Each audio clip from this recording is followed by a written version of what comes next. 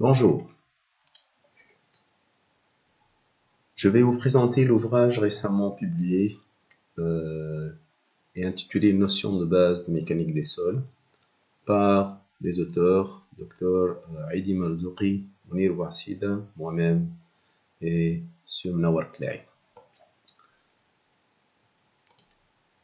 Donc, cette publication, vous voyez qu'elle porte un code ISBN en Tunisie. Donc, ce projet de publication, nous allons donner en quelque sorte les orientations de cet ouvrage. Donc, cet ouvrage, il est certes à caractère pédagogique, composé de 240 pages. Les populations ciblées à qui il est destiné, ce livre-là, aux écoles d'ingénieurs et instituts technologiques, c'est-à-dire à la fois les enseignants et les étudiants, mais également il est destiné pour les ingénieurs et les techniciens touchant au projet du génie civil, projet de construction d'ouvrages. Ces ingénieurs et techniciens travaillent dans des bureaux d'études, bureaux de contrôle et en particulier sociétés de reconnaissance des sols. Mais le centre d'intérêt de cet ouvrage, bien sûr, reste les ingénieurs géotechniciens. Alors, pour lesquels, à travers cet ouvrage, il faut arriver à maîtriser les paramètres d'un sol en vue de procéder ensuite au calcul et dimensionnement des fondations ou de tout ouvrage géotechnique. Donc, nous allons donner un aperçu sur le contenu. Donc, le livre, il est commencé par une préface qui a été écrite par le professeur Ali Bouarafia de l'université de Blid à Algérie. Donc, professeur Bouarafia, c'est lui qui a évalué scientifiquement ce document, bien sûr, qui a donné son accord pour sa publication. Ensuite, nous avons un préambule par les trois auteurs, et puis le sommaire du livre lui-même, composé de chapitres et de paragraphes par chapitre. En total, il y a 7 chapitres, que nous allons donc relativement détailler, et il y a une liste de références bibliographiques, également une liste de symboles et notations utilisées, et la liste des tableaux et des figures que contient ce livre.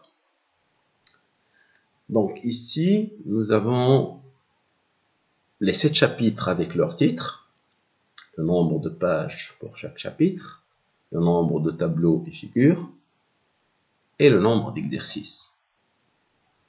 Commençons par ce dernier point. Chaque chapitre est terminé par quelques exercices corrigés dans le détail, bien sûr pour assimiler les notions essentielles relatives à chaque chapitre. Donc le premier chapitre s'intitule Reconnaissance des sols et campagnes géotechniques. Donc il est composé de 29 pages, 3 tableaux et 38 figures. Pour ce chapitre-là, il n'y a pas effectivement un exercice, mais il y a, comme on l'a ici, des questions de compréhension. Ces questions de compréhension, au fait, existent pour tous les chapitres. Le deuxième chapitre, il est relatif à l'identification et classification des sols, composé de 31 pages, 13 tableaux et 12 figures. Il est terminé par 4 exercices corrigés. Ensuite, le troisième chapitre, les contraintes dans le sol, communément connu la mécanique des milieux continus appliqués au sol. Il est composé de 29 chapitres, de 29 pages, 5 tableaux et 21 figures. Et il est terminé par 4 exercices corrigés. Le quatrième chapitre est celui traitant de l'écoulement d'eau dans les sols. Donc, son volume est de 31 pages, contenant 4 tableaux et 11 figures, avec 3 exercices corrigés. Le cinquième chapitre, il est relatif au calcul du tassement de consolidation, le tassement dit à long terme. Donc, comment caractériser ce tassement, comment le calculer, c'est le point focal de ce chapitre important. qui couvre 27 pages, contenant 4 tableaux et 18 figures, avec 3 exercices corrigés dans le détail. Vient ensuite un chapitre très important dans la mécanique des sols, relatif à la résistance aux cisaillements des sols, donc qui est écrit en 23 pages avec 2 tableaux et 23 figures, et 3 exercices corrigés. Le dernier chapitre, il est beaucoup plus à caractère d'application parce qu'il parle du compactage des sols. Et le compactage des sols, bien sûr, touche notamment tout ce qui est géotechnique routière.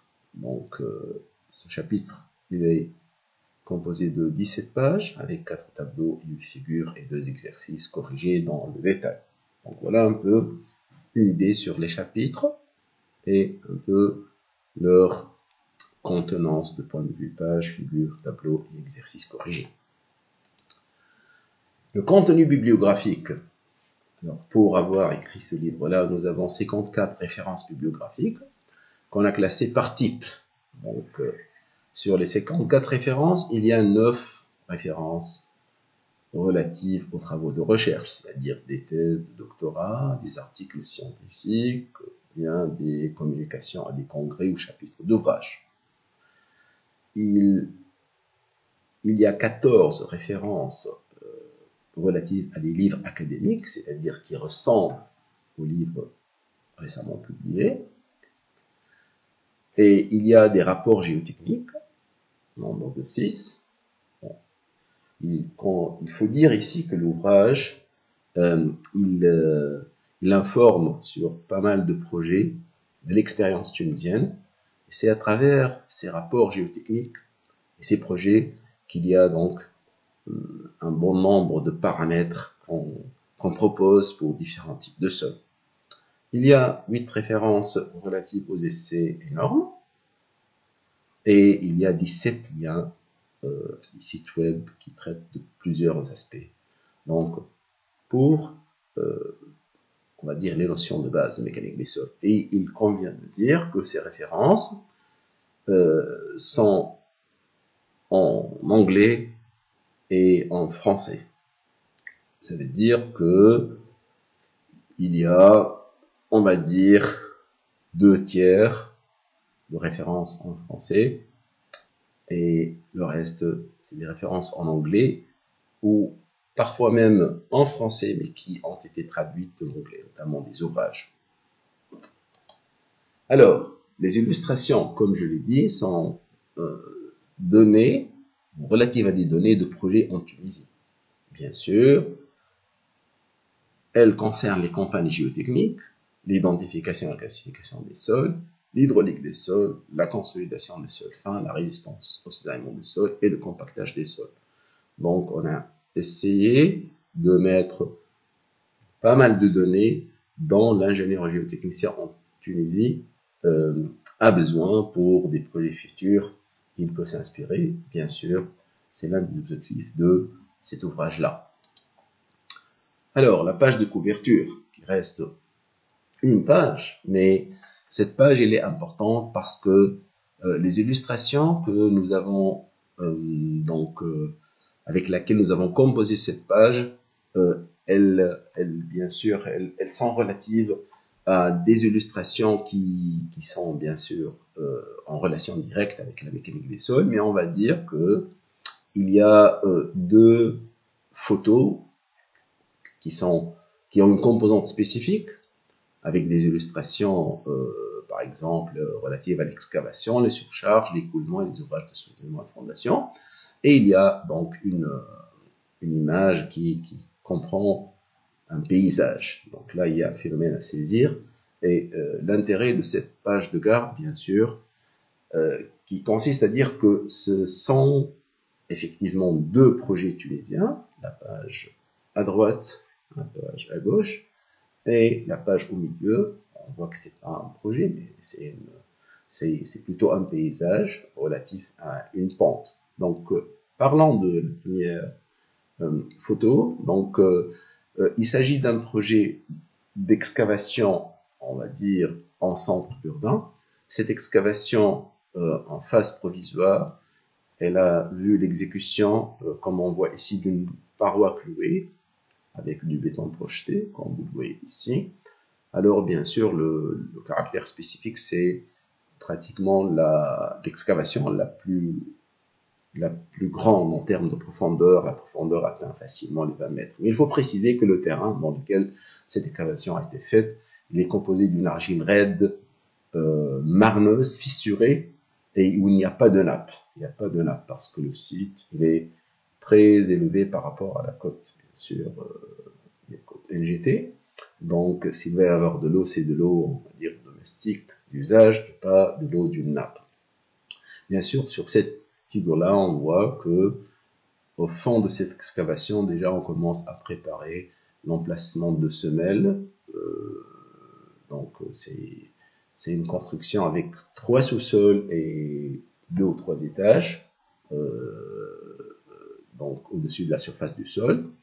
Et cette excavation, donc en quelque sorte, a nécessité l'exécution de cette paroi clouée et pour laquelle même il y a une référence donc, qui a été publiée.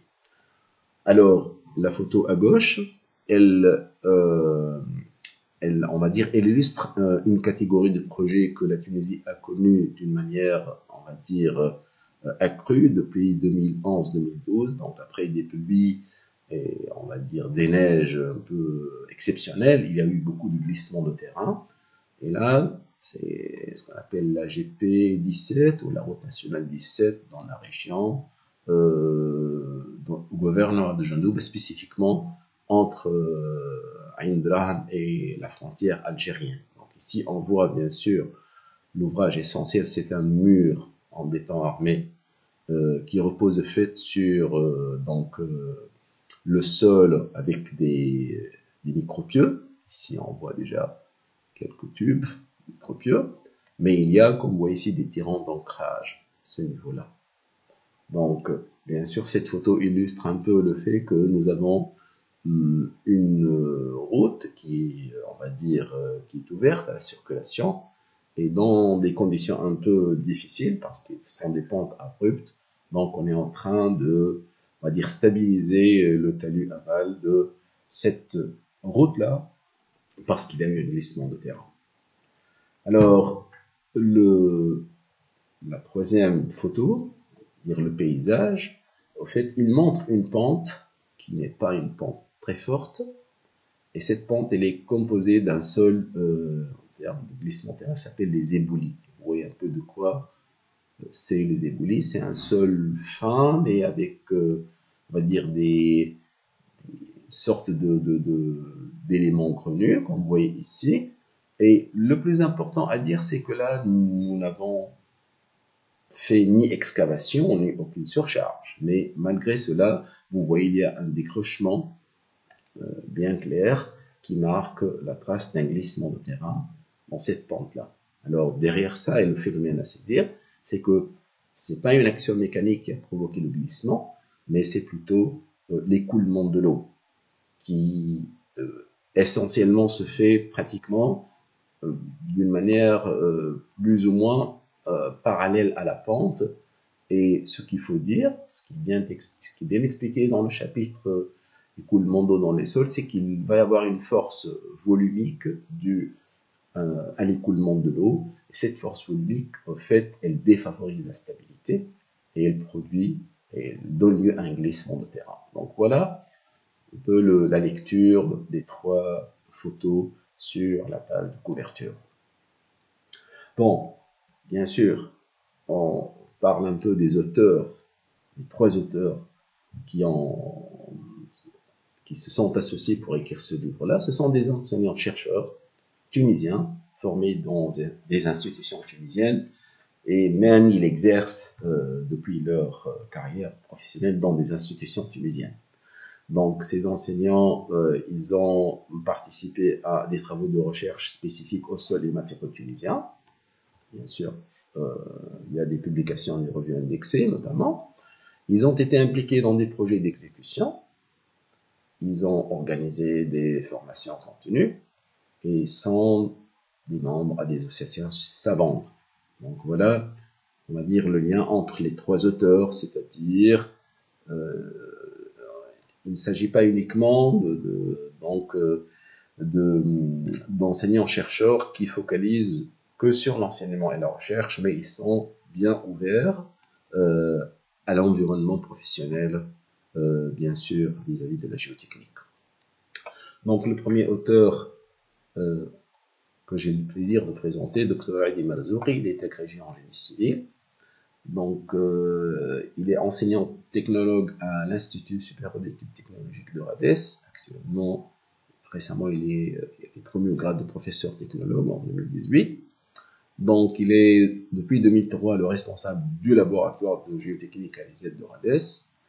Il enseigne la discipline de la mécanique des sols avec toutes ses composantes depuis bientôt 20 ans. Depuis 2012 jusqu'à ce jour, il est expert formateur à IGN France pour l'appareil triaxial. Il est formateur au sein du bureau de formation en Tunisie. Il est conseiller indépendant géotechnique et matériaux. Il a travaillé avec certains bureaux d'études. Et ici, deux bureaux d'études. Et de 2008 à ce jour, il est membre chercheur du laboratoire de recherche de génie civil de l'INIT. Donc, ses travaux de recherche sont focalisés sur la caractérisation des sols et matériaux tunisiens. Et tout comme pour dire, il est membre fondateur de l'association tunisienne du béton. Donc, ma connaissance avec Saïd Marzouqi, elle a porté essentiellement avant l'ouvrage sur la base de Tunis, donc avec une étude faite en laboratoire, comme vous le voyez dans cette publication. Donc, il s'agissait d'une étude expérimentale en vue de proposer un modèle de comportement pour la base de Tunis, donc avec cet article-là à la revue française géotechnique.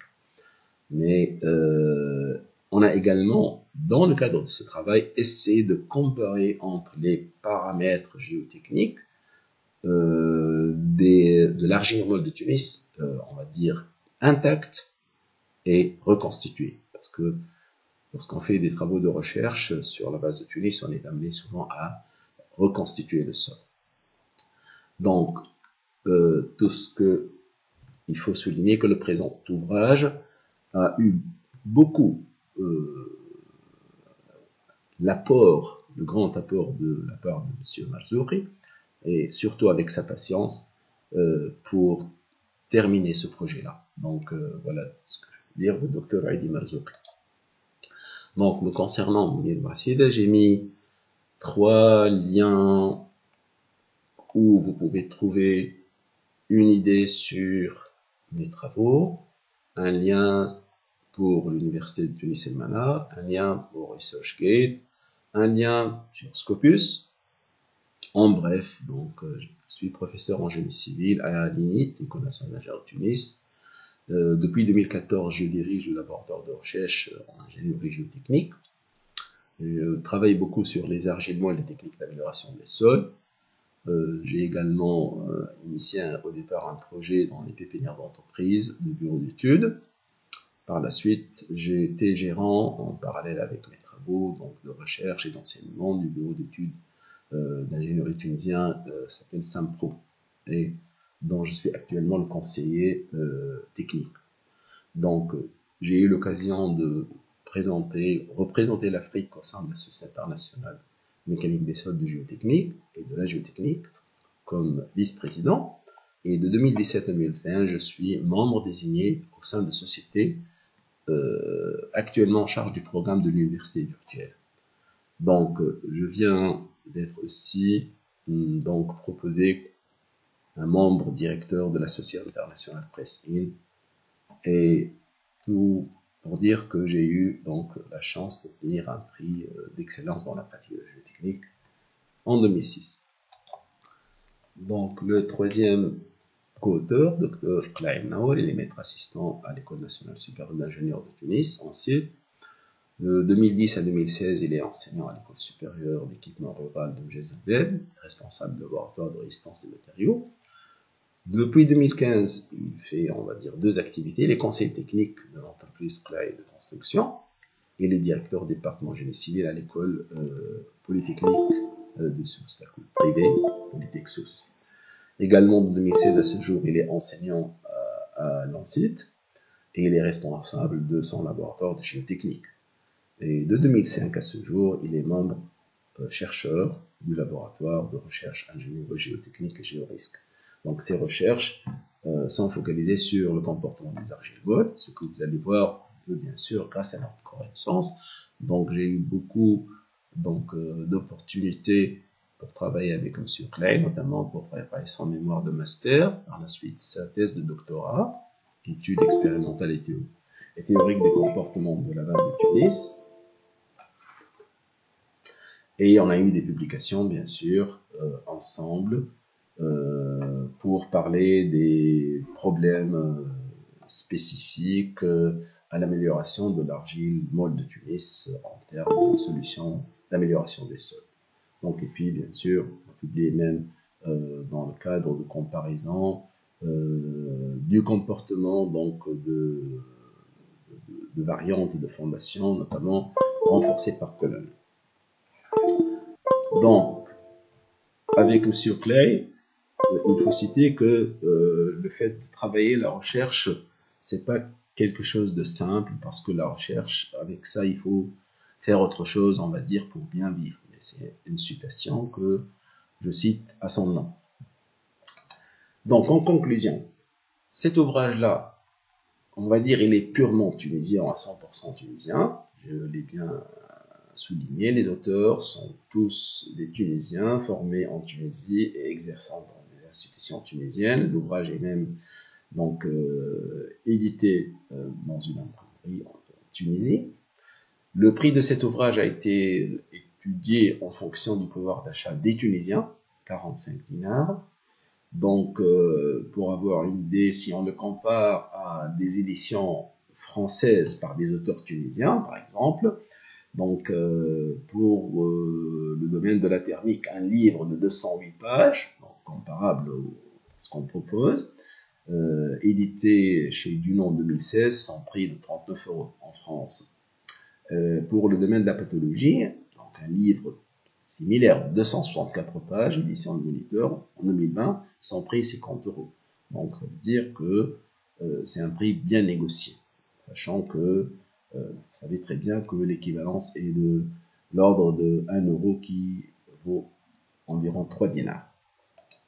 Donc, bien sûr, le message de cette publication, il faut qu'il soit poursuivi d'une certaine façon, parce que cette publication, son message, c'est plutôt la pédagogie, mais à partir de là, nous devons réfléchir sur l'enseignement de la mécanique des sols en relation avec la géotechnique, parce que la mécanique des sols n'est pas la géotechnique c'est plus large, elle englobe la géologie de l'ingénieur, la géophysique, et un peu l'expérience cumulée par le mécanicien des sols dans sa vie professionnelle. Également, l'ouvrage ne traite pas au fait des chapitres de fondation superficielle et profonde, des ouvrages de soutènement. En fait, ces applications-là, elles nécessitent une écriture spécifique qui doit partir pas d'équations ou pas de concepts, mais elle doit partir de la réalité. Ça veut dire que lorsque classiquement nous voulons parler de fondation, on va dire, bon, on peut étudier la variante solution fondation superficielle. Si ça ne marche pas, on peut faire des fondations profondes. Ceci, c'est un peu, ça reste une façon classique qui date depuis plusieurs années, parce que nous savons très bien qu'il y a beaucoup de solutions d'amélioration des sols. Et au fait, il faut dire que puisque le coût de la fondation il est bien influent sur l'ouvrage, donc si on ne peut pas faire des fondations superficielles, avant de faire des fondations profondes, nous devons essayer des variantes d'amélioration, de renforcement des sols. Donc ceci est très important et ceci peut faire l'objet de l'écriture d'un autre livre. Donc on va dire qu'il va compléter l'ouvrage proposé. Également l'apport de la recherche pour enseigner la mécanique des sols. C'est un débat très important, c'est-à-dire l'enseignement de la mécanique des sols ne peut pas évoluer sans faire un apport par la recherche. Bien sûr, dans le contexte tunisien, comme il y a très peu, bien sûr, comparé on va dire, à des pays où cette expérience existe, il n'y a pas beaucoup d'ouvrages en géotechnique, c'est-à-dire d'ouvrages en termes de livres, de publications. Donc l'expérience tunisienne, il faut qu'elle connaisse beaucoup plus de, donc, de cumul qui doit être bien sûr, qui existe quelque part dans des articles, dans des livres, etc. Également, bien sûr, l'objectif majeur à moyen terme, toujours dans le contexte tunisien, c'est que les géotechniciens ils doivent maîtriser leur projet. Donc voilà sur cette présentation. Donc je termine et je vous remercie de votre attention.